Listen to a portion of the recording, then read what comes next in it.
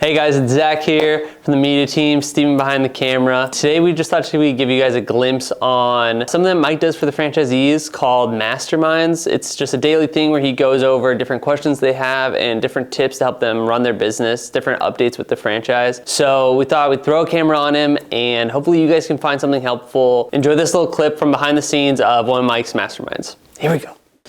When you're doing bids for your mowing, and you are in person because like a really large job, it can't be done over the phone, etc. Keep in mind that you want to do that bid as if you're using the smallest mower on your that you have. We've seen this a few times where people are bidding as if they have their 52-inch mower, and then their 52-inch mower goes down, and all of a sudden now crews will not refusing to do jobs because the 21-inch mower is going to take them 3 times as long. So if you're going to do a bid for a mowing job, in terms of budget hours, calculate that at the smallest size of mower that you could possibly have, because otherwise you're going to be juggling your schedules based upon which mower types match up with which properties, and that's a nightmare.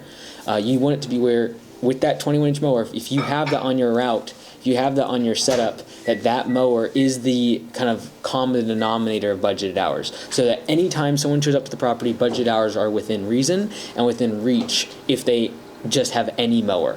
Otherwise, you're doing your schedule based upon, who has which mower, which size property, all the rest of it. So we saw this happen last week to one of our smaller locations, and that is the employee basically refusing to work because the zero turn went down.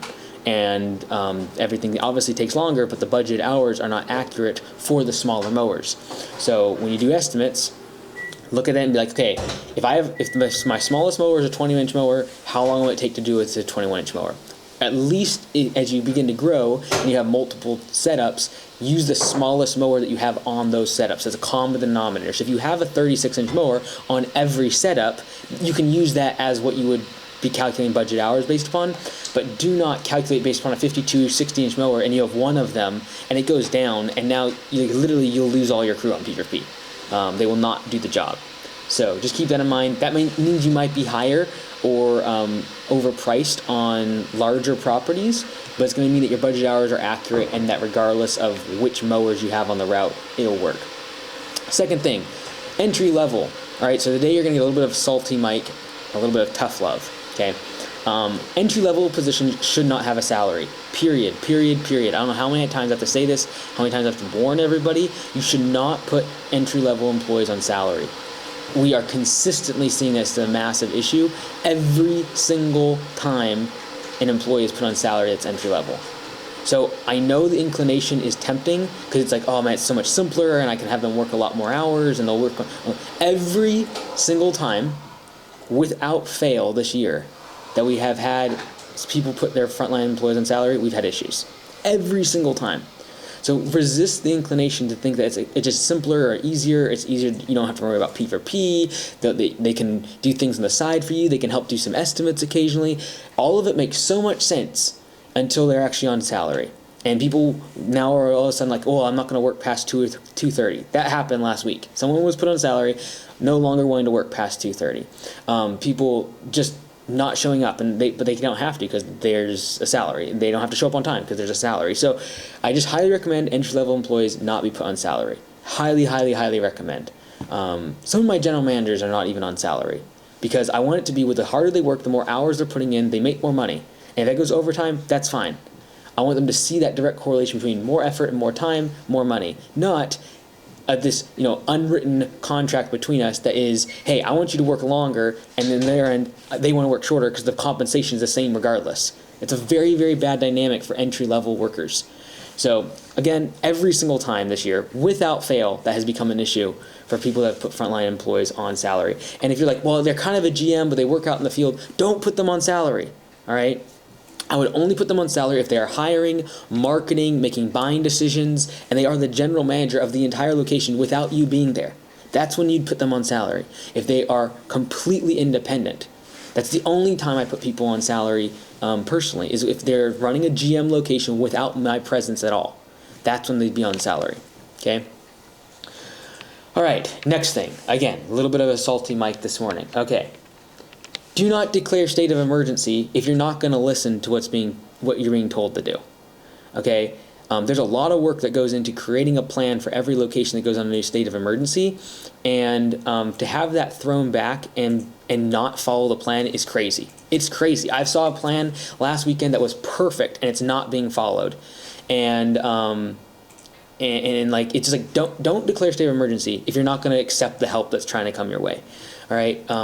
There was a very good plan for who should be fired, who should be hired, how the schedule needs to be readjusted, and for that to just be like blown off, like, oh no, we're not doing that, we've done something else. Like, why declare a state of emergency? Like, it's a waste of your money for Command Center to develop all the plan, create the implementation, and all the rest of it. I've seen other locations do very well at executing on what Command Center is telling them to do, and in that 6 week time frame they're flipping their business. They are completely changing it. Their schedules have gotten more efficient. They've made sure that they've cut back on base pay that was way too high. I've seen the changes. But if you're going to ask for help from anybody, this goes for anybody, not just Command Center, but like anywhere in life. Like, if you're going to ask someone for help, be willing to put the actual change in making it happen if they're going to give you suggestions. All right. But if they're going to reroute and change schedules and move jobs off, don't just like, hey, I'm just going to just pop off and do something else. I'm going to go on vacation this week. Like, move my jobs off this week and tell my employees. Like, it's just rude. And honestly, it's just a matter of they're trying to do the best thing for your business. And I see their plans and they're perfect. And so for that to be rebuffed is not right. AB, state of emergency, I've mentioned this several times. There's been several updates about state of emergency, a 6 week plan to get back on track. Because ultimately, what I'm seeing is when someone's in a state of emergency, I know it's like, hey, you're ripcord. It's like, hey, I need help. But during that time is not the time to run from your business. When everything's falling apart and it seems horrible and everything, your employees are leaving and customers aren't happy and you're having to cut back on services and increase prices, I know that's the time you want to run. But as a business owner, we signed up to be a leader. And if you're going to be a leader, you do not run during a time of war. And so I'm seeing this happen at a couple locations right now, and I'm sorry, it doesn't cut it. If you're going to be a leader, you signed up for this. Like, you signed up to be a business owner, you're going to have to run into times of crisis. And that is the time to buckle up, and it's time to actually do harder work, and is jump in and like get dirty. All right, when Command Center, when we had all the issues a few months ago, you saw what I did. I jumped in. I started literally taking calls and being on the front lines and jumping in and training. That's what is required of a leader. It's not your obligation. It is not your. It is not the. You do not have the option as a leader to run when everything is falling apart. It is not even an option. It's not that is an employee that gets to do that. Like, hey, everything's falling apart in my company. I'm just going to go get another job. As a business owner, as a leader, you do not have that option. And so please remember that the next couple of years, as I've been very consistently saying, is going to be very difficult for us as business owners. It's going to be very difficult. But it's not the time to cower or run away and be like, I'm just out. And what I'm seeing right now is people tapping out. And they're like, okay, well, I'm just going to go away for a week. Okay, what about the projects? What about your employees that you just hired last week? What about the 4 interviews that you have scheduled for this week? Well, I'm just walking away. That I understand the desire to do that. I've been there. I know what it's like to be like, hey, I just can't take it anymore. I've got to get away. But you have resigned that right as a leader to do that. You're going to lose everyone that you're leading if in a moment of crisis and when the battle gets hot, you just turn your back and run. Everyone wants to be an entrepreneur. Everyone wants to make a bunch of money. Everyone wants to have a small business that can do $1 million in revenue. And everyone says that they can sacrifice for 5 or 10 years to make that happen, but it's not easy. And so in the times when it's not easy is not the time to be like, okay, like, I just got to take a break. I just got to take a break. It's not the time to do it. It's the time to actually dig in and do harder, deeper, longer hours, etc. And if that's not appealing to you, that's what business is. That's what being a leader is that when you run towards chaos and you run towards the battle, you do not run away from it. You have resigned that right and that luxury as a business owner. All right? So everyone says, whatever it takes, I'm going to do whatever it takes. But like, seriously, you're taking a vacation in the middle of spring rush? Like when you just hired new people and you had 4 guys walk off the job and you got a bunch of interviews and projects on the schedule and you're behind and you should have been mowing on the weekend and you didn't, and you're just like it's chaos. I understand that. It's not fun to be in that kind of environment, but that's what you signed up for when you said you wanted to be a leader. That's what you signed up for when you said you wanted to be an employer. All right? I just do not understand why people do not get 30 Google reviews. I say that at training like 20 times. I say it 100 times all the time. That is the most impactful thing you can do for your website, and from an SEO standpoint and your ranking standpoint, is get Google reviews. And I still see people with 3, 5, 9, 10 reviews. What are we doing? Are we going to seriously go work 60 hours a week when I'm telling you, if you just spend an hour or two texting family, friends, and just asking them to review you as a person, the business and the brand, the professionalism, whatever it is, and put a 5-star review, you got to get those. So out of one side of our mouth, we're saying we're going to do whatever it takes. We're going to work hard. And then literally we run from times of battle, and we won't do the simple things that are actually going to move the needle, like getting Google reviews. Like, how hard is it? Okay? Like, if we can't do that, are we really going to expect that we're going to somehow lead a $1 million organization, and we can't go get Google reviews? Like, I give you a sheet at training now that has the checklist of what you need to do when you leave. We had our first location that really closed down recently, and we had 2 Google reviews after 3 months. Like, literally within 3 to 4 months, the location had to close down. But we had 2 Google reviews. Of course we're not going to get a lot of leads.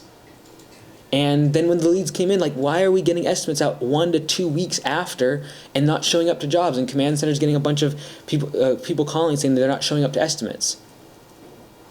All right, so out of one side of our mouth, we say we want it, we're willing to sacrifice, we're willing to do whatever it takes, and then we can't get Google reviews. We can't show up on time to estimates. So a little bit frustrated, and then you have the 6-week plan and the state of emergency, and it's like, yeah, let's do that. Okay, great, but like, are we going to implement? Are we going to actually execute on the plan? It's one thing to say, I want to turn my business around. I want to make it better. I want to raise prices and increase my route density and all the rest of it. But are we willing to actually do the hard work to get there, or do we think that this business is just going to fall in our lap? It's not easy. I've never told you at Augusta Nation that this is going to somehow be like an easy thing. Take this pill and we're good to go. It's really, really difficult. And if it was easy, it'd be a scam. And everyone would be doing it. All right?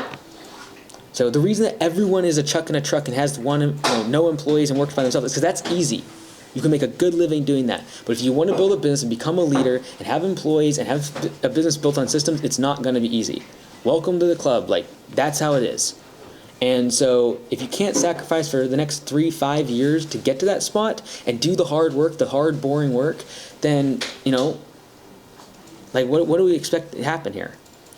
So, a little bit of salty Mike this morning. I see a whole bunch of questions came in, so let me go ahead and hop over those.